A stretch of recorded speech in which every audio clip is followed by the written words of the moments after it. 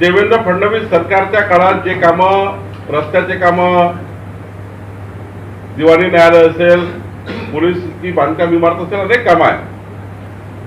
मागच्या अनेक वर्षापासून प्रलंबित होते, फडणवीस सरकारने केले. अनेक रस्ते असे आहेत ज्याला मागच्या सरकारने स्टे दिला.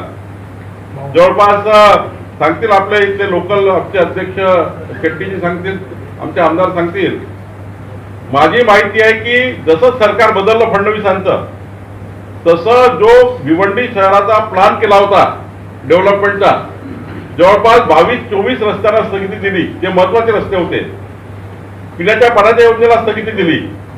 तर पुन्हा आज मी जिल्हाध्यक्ष आणि सर्वांकडे एक नोट बनवणार आहे आणि माननीय देवेंद्रजीकडे, माननीय एकनाथजीकडे सांगणार आहे की याची एक वेगळी बैठक लावा भिवंडी शहराची. शेवटी राजकारण होईल, त्या ठिकाणी निवडणुका होतील, पण भिवंडी शहरात जे कामं थांबवल्या गेले 2.5 वर्षात, ते कामं सुरू केले पाहिजे. राहिला प्रश्न निवडणुकीचा, आम्हाला विश्वास आहे की नवीन सरकारवर जनतेचा विश्वास आहे. ज्या विचारावर मागचं सरकार तयार झालं होतं तो विचार आता गाडला गेला. आता नवीन सरकार आलाय. एकनाथजी आणि देवेंद्रजी दोघेही हे अत्यंत सुशिक्षित आणि महाराष्ट्राचे विजन असणारे नेते आहेत.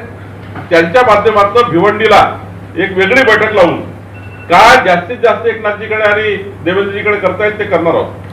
विधानसभा इलेक्शन सर, विधानसभा इलेक्शन और नगर पालिका इलेक्शन, क्या भाजपा साथ में लड़ने के प्रयास में? यस, हाँ, एकनाथ शिंदे जी और भारतीय जनता पार्टी साथ में लड़ने वाली है और पूरे महाराष्ट्र में सारी नगर पंचायत, नगर पालिका, महानगर पालिका, जिला पंचायत और विधानसभा, लोकसभा, ये भी शिंदे फडणवीस जी दोनों साथ में मोदी जी के नेतृत्व में लड़ने वाले हैं. सर ये सवाल ऐसा नहीं था. सवाल ऐसा था कि नगर पालिका के जो चुनाव और विधानसभा के चुनाव साथ में होने वाले हैं.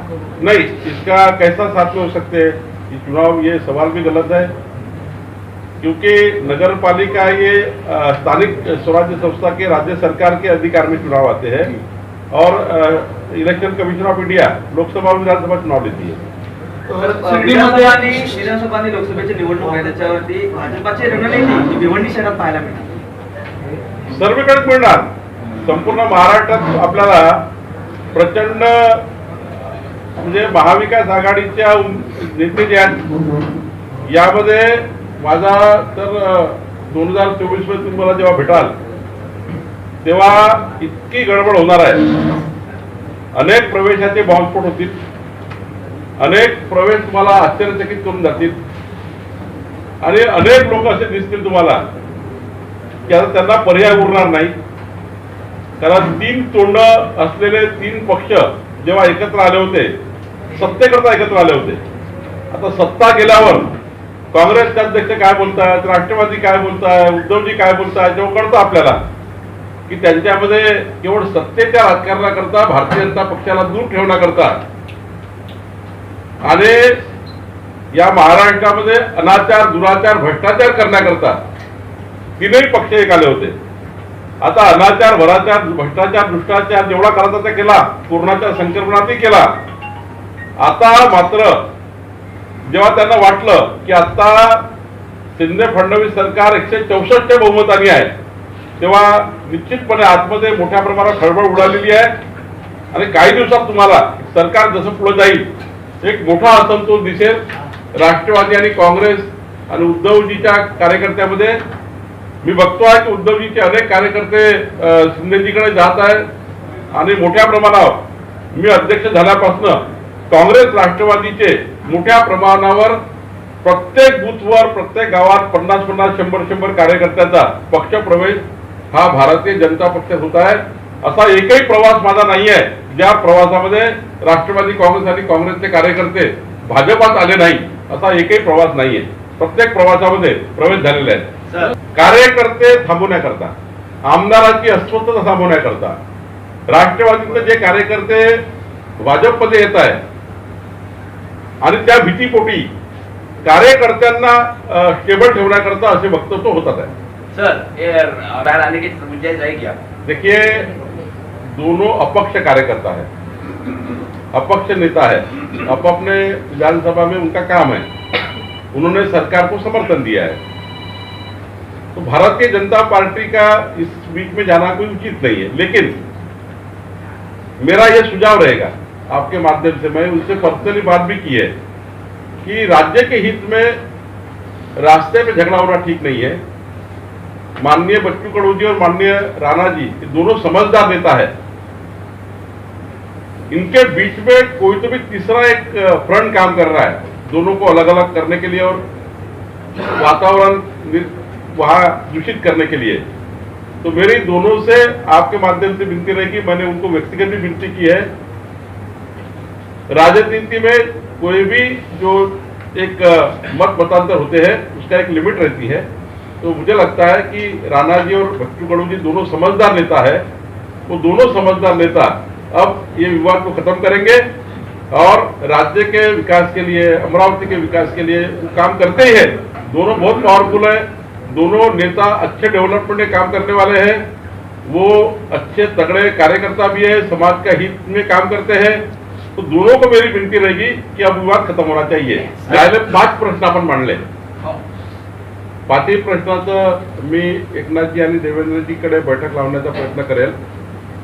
थांबलेली मेट्रो, नवीन CST की ट्रेन, वाहतुकीचे प्रश्न, बस स्टँडचा प्रश्न, खाजगी वाहनाकडून लूटमार, या संपूर्ण विषयावर मी भिवंडी शहराची एक बैठक, भिवंडीच्या वाहतूक प्रश्न, भिवंडीचा पाणी प्रश्न, भिवंडीचे राहिलेले रस्ते प्रश्न, नक्कीच मी एक माझ्याकडनं आजच्या दौऱ्याची नोट तयार करणार आहे। मी प्रत्येक जिल्ह्याची नोट करतो आणि माननीय एकनाथजी आणि माननीय देवेंद्रजीकडे पाठवून स्थानिक आपले आमदार आणि जिल्हाध्यक्ष त्यांच्यासोबत एक बैठक होईल आणि लवकरात लवकर प्रश्न कसे सुटतील आणि जनतेला दिलासा कसा मिळेल ही जबाबदारी माझी आहे। मी निश्चितपणे याची योग्य शिफारस आणि लवकरात लवकर काय करता येईल निश्चित तुमच्या प्रश्नाला वाचा फोडण्याचा प्रयत्न करणार आहे। राष्ट्रवादीला विरोधी पक्षात राहायची सवय नाहीये, त्यांनाही माहिती आहे की आता आपण विरोधी पक्षात आहोत आणि आता परमनंट विरोधी पक्षात राहणार आहोत आणि त्यामुळं जेव्हा त्यांच्याकडे सर्व होतं तेव्हा त्यांनी काही केलं नाही, जेव्हा आता सर्व गेलं तेव्हा ते बांधावर, रस्त्यावर, शेतकऱ्याकडे फिरतायत। मला वाटतं थोडं सत्ता गेल्यानंतरचं जे दुःख असतं ते दुःख अशा बोलण्यात काढणे, कार्यकर्ते राष्ट्रवादी सोडू नये, त्यांना थांबवणे आणि आपण कधी सत्तेमध्ये येणार नाही हे भास झाल्यामुळं असे वक्तव्य करून आपला मीडियाचा स्पेस घेऊन मनाला समाधान करून घेणे असा हा प्रयत्न दिसतो है। नहीं, ये तो स्थानिक लेवल पे हमारे भारतीय जनता पार्टी के अध्यक्ष यहाँ के कोर कमेटी निर्णय करेगी। हमारे जो यहाँ का पार्लियामेंट्री बोर्ड है, डिस्ट्रिक्ट का, भिवंडी शहर का, थाने शहर का, थाने जिला की हमारी पार्टी है, हमारे खासदार है, हमारे MLA है, हमारे जिलाध्यक्ष है, वो लोकल लेवल निर्णय करेंगे। लेकिन ये बात तय है कि शिंदे फडणवीस जी युति करके लड़ने वाले हैं और निश्चित रूप से नीचे भी आपको हमारा पार्लियामेंट्री बोर्ड और शिंदे जी के जो कार्यकर्ता है वो बैठकर निर्णय करेंगे। कभी कभी युति करने के बाद भी एक आध सीट पे कम ज्यादा हो जाता है, वहां पर कुछ कम ज्यादा हो सकता है, लेकिन ये अधिकार स्थानिक लेवल पर है। जब कोई इंटरवेंशन की बात है तो इंटरवेंशन नक्की होगा, लेकिन हमारे खासदार है, हमारे पालक मंत्री है, हमारे यहाँ पर जिलाध्यक्ष है, आमदार साहब है, हमारा पार्लियामेंट्री बोर्ड है, वो उसका निर्णय करेगा। बोर्ड होता है हर जिले का, एक कोर कमेटी होती है, वो निर्णय करती है, लेकिन राज्य से यही निर्णय है शिंदे फडणवीस जी के नेतृत्व में भाजपा और शिवसेना की युति होगी। भिवंडी में साहब वहाँ नहीं लड़ती चुनाव, वैसा नहीं होगा। इस पर आपका स्पष्टीकरण, जहाँ पे हम जीत रहे हैं, हमारा कार्यकर्ता जीत रहा है, हमारा ये टीम जो है जिले की, जहाँ पे हम जीत रहे हैं, जहाँ पे हमको जीत मिलने वाली है, वहाँ दूसरे को टिकट देने का सवाल ही नहीं है। हमारा पार्लियामेंट्री बोर्ड निश्चित रूप से निर्णय करेगा।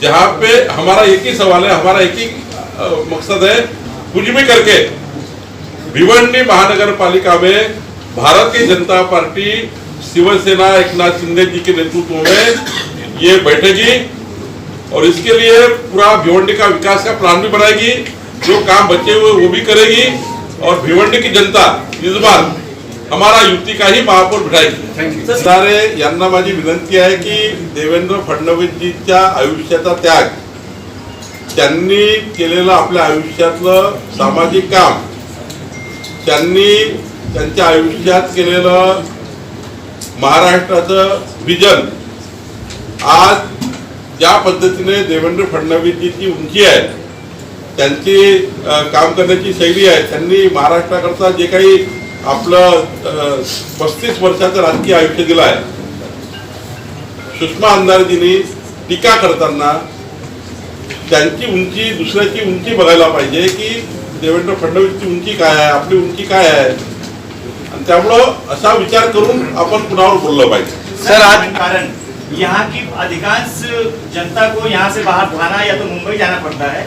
उप जिला हॉस्पिटल के लिए हमारे आमदार महेश चौगले जी ने कई बार यहाँ पर अपने निधि से कई सामान वहाँ पर दिया है, फिर भी वहाँ पर व्यवस्था सुचारू रूप से अभी तक चालू नहीं हो पाई है। सर उस हॉस्पिटल को सुचारू रूप से व्यवस्थित हाई क्लास का बनाने के लिए भाजपा की तरफ से क्या योजना है? हाँ, मैं कहा ना कि आज मैं जब हमारी कोर कमेटी की बैठक होगी, उस बैठक में भिवंडी शहर का डेवलपमेंट के रुके हुए काम पे चर्चा होने वाली है।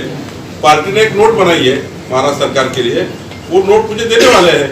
उसमें भिवंडी का ये भी हेल्थ का मुद्दा है, हमारे जो पत्रकार भाई है उन्होंने जो 5 मुद्दे निकाले हैं ट्रांसपोर्ट के माध्यम से, वो उसमें हमने लिए हैं। हमारे जिला अध्यक्ष ने अच्छी नोट बनाई है कि भिवंडी शहर को क्या क्या करना चाहिए और सरकार से क्या अपेक्षा है, ये हमारी कोर कमिटी की बैठक तो होता ही आहे। आता सांगितलं की कोर कमिटीची बैठक आमची आहे, जिल्हा कोर कमिटीची, त्यामध्ये मी हाच विषय घेत असतो। भिवंडी त्या जिल्ह्यात जिल्हाध्यक्ष जे नोट तयार करतात की सरकारकडनं काय अपेक्षा आहे जिल्ह्याला, शहराला, माननीय शेट्टीजींनी नोट तयार केली आहे, त्यामध्ये आपले सर्व विषय घेतलेले आहेत। 4 वाजता आमची कोर कमिटीची बैठक होईल, त्या बैठकीमध्ये डेव्हलपमेंटचा प्लान माननीय शेट्टीजी सादर करणार आहे। सर तो 35% लोगों को मात्र जो है आनंद का जो सीधा वाटप का जो भेंट दी थी, दिवाली का भेंट दिया गया था, वो पूरी तरह नहीं पहुंच पाया। इस पे क्या कहना है? निश्चित रूप से अगर ऐसा हुआ है, खुद ये प्रेस खत्म होने के बाद जिलाधिकारी से बात करूंगा कि भिवंडी में ये, क्योंकि 100% सभी रेशन कार्ड को दिवाली का जो हमारा सीधा मिलना चाहिए था, ये सरकार ने डिक्लेयर किया है। अगर आपने ये प्रश्न उठाया कि 30-35% को नहीं मिला, तो जिलाधिकारी से बात करेंगे। सर को एक तो हम संगठनात्मक तो बात कही है, दूसरा भिवंडी के कोर कमेटी की बैठक में जो भी डेवलपमेंट के इश्यूज आएंगे उसको सही तरह से उन मंत्रियों के पास पहुंचाना जहां पर वो प्रश्न छूटने के लिए वो सरकार की जवाबदारी होती है। अध्यक्ष महोदय, निश्चित रूप से आपसे ये आश्वस्त करता हूँ कि आज के हमारे पार्टी के बैठक में जो मुद्दे आपने बताए जो आएंगे, दोनों मुद्दे को जो डायस है वो डायस पे जाएगी। अध्यक्ष महोदय के बारे में क्या कहना? देखिए, देश के स्वतंत्रता के बाद कई सरकारें बनी है, उसमें 8 साल के मोदी जी के सरकार के काम अगर देखेंगे, अभी भी आपके देवेंद्र फडणवीस सरकार के काम को और 2.5 साल के महाविकास आघाड़ी सरकार के काम को आप खुद आईने में जाकर देखेंगे, आपको खुद ही उसका उत्तर मिलेगा। रह गई नई सरकार से बात है, तो नई सरकार को हम पूरी तरह से भिवंडी को क्या मदद करनी चाहिए बताना मेरी जवाबदारी है। तो मैं दावे के साथ कह सकता हूँ, मैं खुद जब मैं बिजली मंत्री था 5 साल, भिवंडी के पावर लूम से लेके भिवंडी की बिजली की समस्या, आप 2014 की बात करें और 14 के सारे रिकॉर्ड निकालिए बिजली के, और 2019 की बात करें भिवंडी के बिजली की, तो आपको 5 साल में सबसे बड़ी समस्या थी बिजली की भिवंडी की। वो समस्या को ईमानदारी से दूर करने का काम फडणवीस सरकार ने किया। उसके बाद आपको पूरी ताकत से पावर लूम को मजबूत करने का काम हमने किया, पावर लूम को सब्सिडी देने का काम हमने किया। तो 2.5 साल कंपेयर करेंगे तो 2.5 साल से हमको कंपेयर मत करिए, अब जो सरकार है वो हाई स्पीड सरकार है। मैं दावे के साथ कहता हूं, आज की आपकी प्रेस वार्ता में जो प्रश्न अच्छे से आए हैं कि ये होना चाहिए भिवंडी के लिए, वो और हमारे पार्टी के अध्यक्ष जो हमको एक डेटा देंगे, एक नोट देंगे, वो मैं निश्चित रूप से वादा करता हूं आपसे कि वो सही टेबल पे जाएगी और सही टेबल पे उसका निराकरण होगा। इतना जवाबदारी मेरी बनती है वो निश्चित मैं करूंगा। सर, एक ये सुप्रीम कोर्ट में है और सुप्रीम कोर्ट जो निर्णय देगा होगा, जो कि महाविकास आघाड़ी सरकार ने गलती की। 2011 के सेंसस चल रहा है, 21 का सेंसस आया नहीं। 2011 को सेंसस को देख के जो वार्ड रचना होती है, महाविकास आघाड़ी सरकार ने गलती की कि खुद ही अपनी तरफ से सीटें बढ़ा दी। सेंसस के ऊपर सीटें बढ़ती है, तो नया सेंसस आएगा तब सीटें बढ़ेगी। तो गलती महाविकास आघाड़ी सरकार ने की, इस वजह से कोर्ट में केस चल रही है। वो केस जब निकाल होगा तब 4 का होगा, 3 का होगा, जो होगा। लेकिन महाविकास आघाड़ी सरकार की गलतियों से चुनाव लेट हो रहा है, क्योंकि उन्होंने छेड़छाड़ की है सेंसस के साथ। 2011 के सेंसस से जो 4 का जो प्रभाव हुआ था, वो प्रभाव 2011 के सेंसस के ऊपर डिपेंड था। नए सेंसस का वेट करना था, उन्होंने वेट नहीं किया, खुद ही सीटें बढ़ा दी, कारपोरेटर की संख्या बढ़ा दी। संख्या बढ़ाने का अधिकार ही नहीं है। संख्या बढ़ाने का अधिकार कब आता है कि 2021 की जनगणना होने के बाद। तो वो जो गलतियां की महाविकास आघाड़ी सरकार ने अपने राजनीतिक फायदे के लिए, नगर सेवक की संख्या बढ़ा दी, उधर प्रभाग को अपने पॉलिटिकल देखा, 3 का होगा तो हमें जीत जाएंगे, 2 का होगा तो हम ऐसा करेंगे, वो सारी गलतियां कोर्ट में गई है, इसलिए चुनाव लेट हो रहे।